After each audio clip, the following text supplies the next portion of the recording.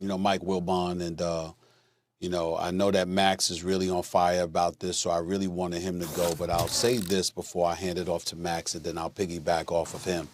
Tony La Russa, is 76 years old. I was wondering why he got the damn managerial job to begin with. I know he's a 3-time World Series champion.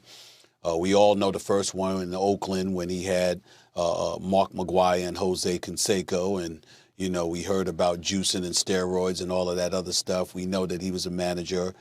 He was the manager on the clock at that particular moment in time. That certainly wasn't the case with his 2 World Series championships in 2006 and 2011 when he had Albert Pujols, because he's never been stained by such things throughout his illustrious career. He's been a model citizen from my understanding.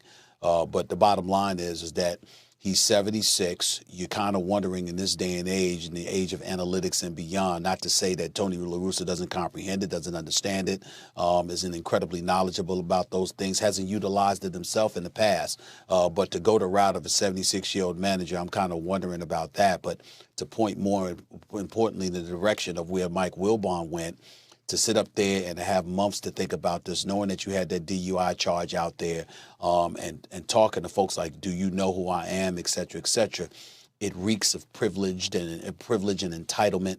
And certainly in this day and age, I think that we've learned on various occasions throughout the last few months, the one thing that's incredibly alarming to me, guys, is that we will sit up there and let grown men who are in leadership positions, who happen to be white, get away with things we don't tolerate from kids trying to learn their way through life in their early 20s. We seem to hold youngsters who haven't even learned about adulthood and manhood yet. We seem to hold them more accountable than we hold people in leadership positions. Mm-hmm. I think this is the latest example of that, and I think it's incredibly unfortunate.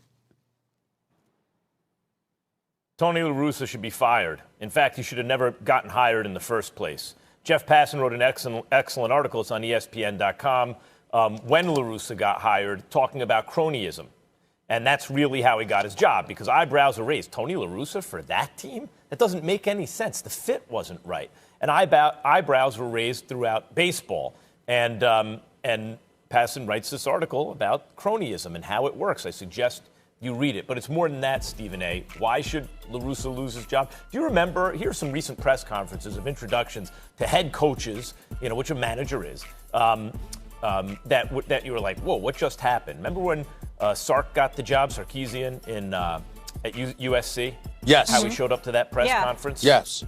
Right, what's going on here? He seems inebriated, right? Like that's a shocking way to introduce on your introductory press conference. Don't forget Who Adam else Gase. Can you think of, Stephen A? Adam Gase. Don't forget Adam Gase, right? Yeah. Adam Gase. He looked high. Whatever it was bizarre behavior. And how did that work out? When you introduce yourself that way, how does that work out? You don't have it together. You shouldn't be in charge. You talk about holding people in positions of authority to the same standards we hold younger people. How do you lead men like that, or a group of people like that?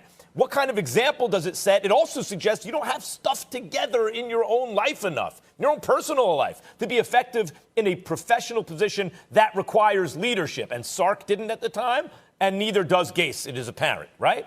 Okay, so here is La Russa, who basically shows up, if not to the press conference, on the scene with an issue, and then here quickly it is exposed, right? Another issue. And it's even worse than you think, because not only is it a DWI charge, but he's trying to use his status to get out of it. Now, let's look at that status. How did he attain that status? La Russa is one of the best managers of my lifetime if you're looking for the bottom line. Can you win?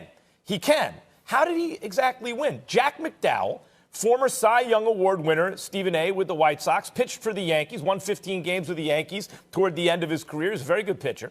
Said that when he got there, so he comes after La Russa, but when he got to the White Sox, sign stealing was already in place. They would flash a light from the center field scoreboard, and you could see the catcher. There was like in the manager's office, there's a screen zoomed in on the catcher, and you're flashing lights. And according to McDowell, that's a holdover from the La Russa era. And when La Russa was asked about it, he said he wasn't on that team. Ask McDowell if he was on that team. That's not a denial. You're trying to deflect. That's not saying unequivocally, I never did that, I didn't install that, we didn't do that. Why are you attacking the messenger? This is what McDowell knows, at least as far as his knowledge goes. It was in place from La Russa when he got there. Let's talk more about Tony La Russa. Great manager, right? The Oakland A's was the flashpoint for the steroids era. Not the guys weren't juicing beforehand, but oh my God, the Bash brothers, the whole thing. There were guys on that team, I won't mention any names, who were mediocre hitters most of their career. They got to the A's. Oh my God, playing defensive positions where they were slugging, right? How did it just mysteriously happen? Then he goes to St. Louis. Stephen A., the St. Louis Cardinals, he won again with them. There were once again players on the Cardinals. These are good players. It's not like they weren't good players when they got to the Cardinals. They were. But they hit like they never hit before with the Cardinals. Why is that? Because magically La Russa has some pixie dust he sprinkles on everyone, they start hitting? Maybe. Maybe it is pixie dust, except instead of sprinkling it, you ingest it or inject it, right? Maybe, because that's certainly what was happening in Oakland.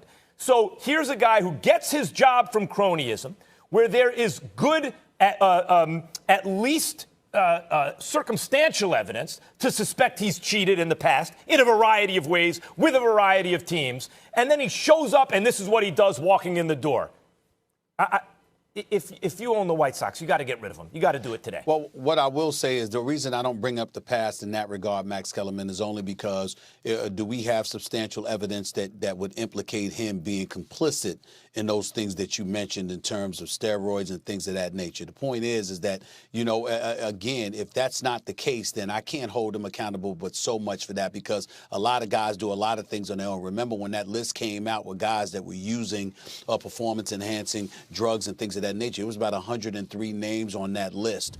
And a lot of times teammates swore that they didn't know. So if the teammates didn't know, who's to say the manager or the coaches knew?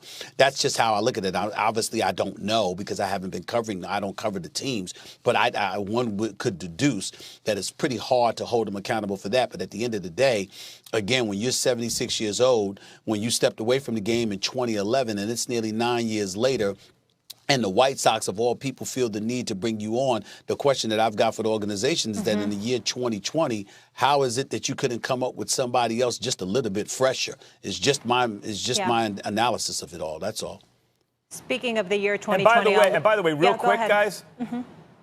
Yeah, real quick, I just want to say, La Russa, upon getting this job, had to walk back comments he made 4 years ago about Kaepernick and kneeling and questioning Kaepernick's sincerity and talking about how he would forbid one of his players from doing the same thing. He had to walk back those comments to seem as though he got with the times. My point is, Stephen A., people are allowed to feel how they feel, right? Although I think a manager is overstepping his bounds, telling a player how he should or shouldn't participate in a ceremony. Nevertheless, think of how many strikes against him. It doesn't make sense. In the modern game, making the statements he made with the past problems he's had, etc., and then he shows up like this, you would think La Russa knows coming in, I'm walking a tightrope here. I can't mess up.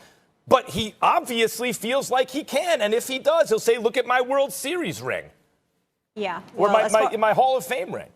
As far as the second DUI, I'll say this. I understand that alcoholism is a disease. I take it seriously. I feel for anybody struggling with addiction. But with that being said, as Stephen A. mentioned, it's 2020. This man has money. Get an Uber. Get a driver. It's absolutely unacceptable. You can take somebody's life and then to be hired the next day and be rewarded. Why would you ever stop this behavior? There's no deterrent at all whatsoever. And I think there would be different repercussions for people potentially of different ethnicity or in a different position.